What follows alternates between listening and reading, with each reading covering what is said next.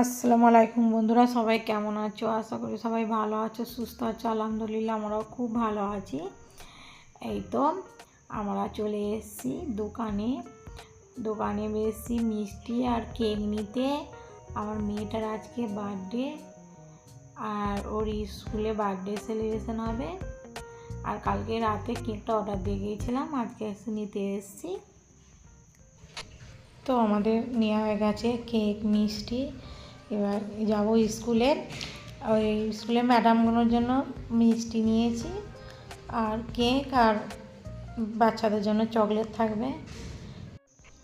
আমার মেয়ে যে স্কুলটা পড়ে, মানে ওই স্কুলটাতে বার্থডে সেলিব্রেশন হয়, ওই জন্যই করা হবে। কিন্তু মানে ছেলেগুলোর স্কুলে বার্থডে সেলিব্রেশন হয় না। এবার সবাই স্কুলটাই করে, ওই জন্যই আমরা করি। কোনো চাপ নেই যে করতেই হবে, তোমার ইচ্ছা হলে করবে, নাহলে করবে না। আর বার্থডের একদিন আগে ম্যাডামরা বলে দেয় যে তোমরা বার্থডে সেলিব্রেশন করবে। যদি বলি হ্যাঁ, তাহলে ওরা সব জিজ্ঞাসান্তি করে।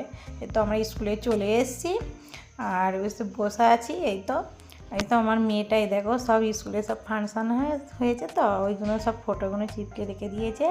আচ্ছা, জন্মাষ্টমীর ফটো এগুলো সব। আর মেয়েটা গালে হাত দিয়ে বসে আছে। আর এই তো চলো এবার কেক কাটতে হবে। এই তো ক্লাসটার ভেতরটায় তো আমার মহারানী বসে আছে, আমাকে দেখে লজ্জা করছে, মাথাটা নাড়াচ্ছে। এবার ম্যাডাম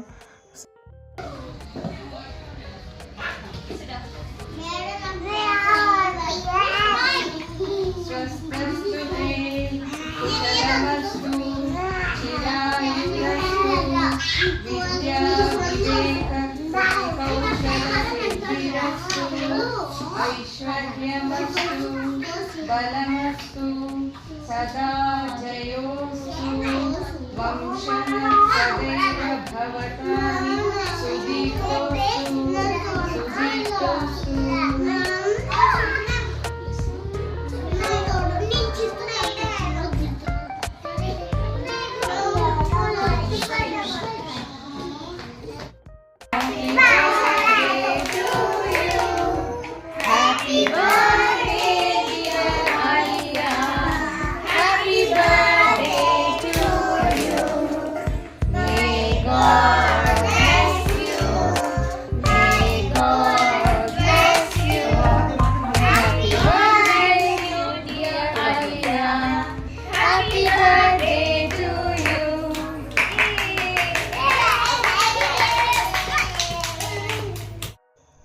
তো কেক কাটা হয়ে গেল। এই তো স্কুলের তরফ থেকে আমার মেয়েটাকেই তো এই ফুল গাছটা দিচ্ছে। কি সুন্দর লাগছে না ফুল গাছ?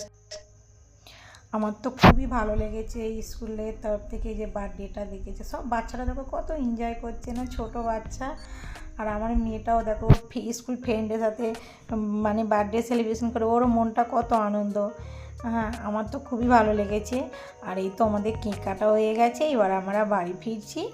আর মেয়েটাই দেখো, ওকে স্কুল পাঠিয়েছিলাম, স্কুল থেকে ওকে আমি আবার নিয়ে চলে যাচ্ছি। আর এই তো আমরা বাড়ি চলে এসেছিলাম। ওই তোমার তখন এরকম বাজে 12:30 মতো করে বাজে। এসে সব চান টান করে রেস্ট নিয়ে এবার রাতে রান্না চাপিয়েছি। আর দিনের বেলায় মানে সেরকম কিছু রান্না করিনি, আর রাতে রান্না চাপিয়েছি। রাতে একটু পোলাও হবে আর চিকেন কষা, আর এই পোলাওয়ের সাথে এই ডিম আলুটা মানে খুবই ভালো লাগে, এই জন্য এই ডিম আলুটা রান্না করছি। এই তো আলুটাকে একটু সেদ্ধ করে রেখে নিয়েছি, আর ডিমটাকেও সেদ্ধ করে রেখে দিয়েছি।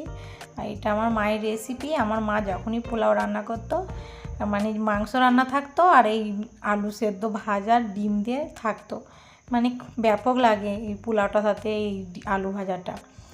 আর এই তো সেদ্ধ আলুটা আমি দিয়ে দিলাম। এইভাবে আলু ভেজে এরকম করে খাবে, দেখবে খুবই ভালো লাগে, আমার তো ভালো লাগে। হ্যাঁ, আর তো দিয়ে দিলাম। আর সেরকম মানে কিছু কাউকে বলা হয়নি। আসল কথা কি, বাড়ির মানে বাইরে তো থাকি, এখানে কোনো আমাদের ফ্যামিলি নেই। হ্যাঁ, এই জন্য মানে কোনো অনুষ্ঠান হয়নি। বা দেশে বাড়িতে থাকলে সবাই মানে থাকে, শ্বশুর শাশুড়ি সব ফ্যামিলি থাকে। হ্যাঁ, বাবার বাড়ি থেকে সব আসে, খুব আনন্দ মেলা হয়। এখানে তো কেউ নেই, এখানে আমরা বাইরে আছি। এই জন্য এই আমার 3টে ছেলে আর আমরা হাজব্যান্ড ওয়াইফ 5 জনা মিলি বাড়িতে ভালো মানে রান্না বান্না হচ্ছে, খাওয়া দাওয়া হবে। ওই ছোটো পাড়া আবার ওর বাবা একটা ছোটো পাড়া কেক নিয়ে এসছে, একটু কাটা হবে, ব্যাস এটাই হচ্ছে আনন্দ আর কি না। এই তো চিকেনটা হচ্ছে, কষা হচ্ছে এদিকে পোলাওটাও রান্না হচ্ছে। এই তো পোলাও রান্না হয়ে গেছে, একটুখানি কালার দিয়ে দিচ্ছি, কালারটা দিলে কি না একটু দেখতে ভালো লাগবে। আর সব কিছু রান্না ফিনিশ, চিকেনটা হয়ে গেছে। এই দেখো একটুখানি পায়েসও রান্না করেছি। এই দেখো ডিম আলু ভাজাটাও আমার রান্না বান্না ফিনিশ। এবার মেয়েটার জন্য একটা কেক নিয়ে এসে বাবা, কেকটা কাটি চলো।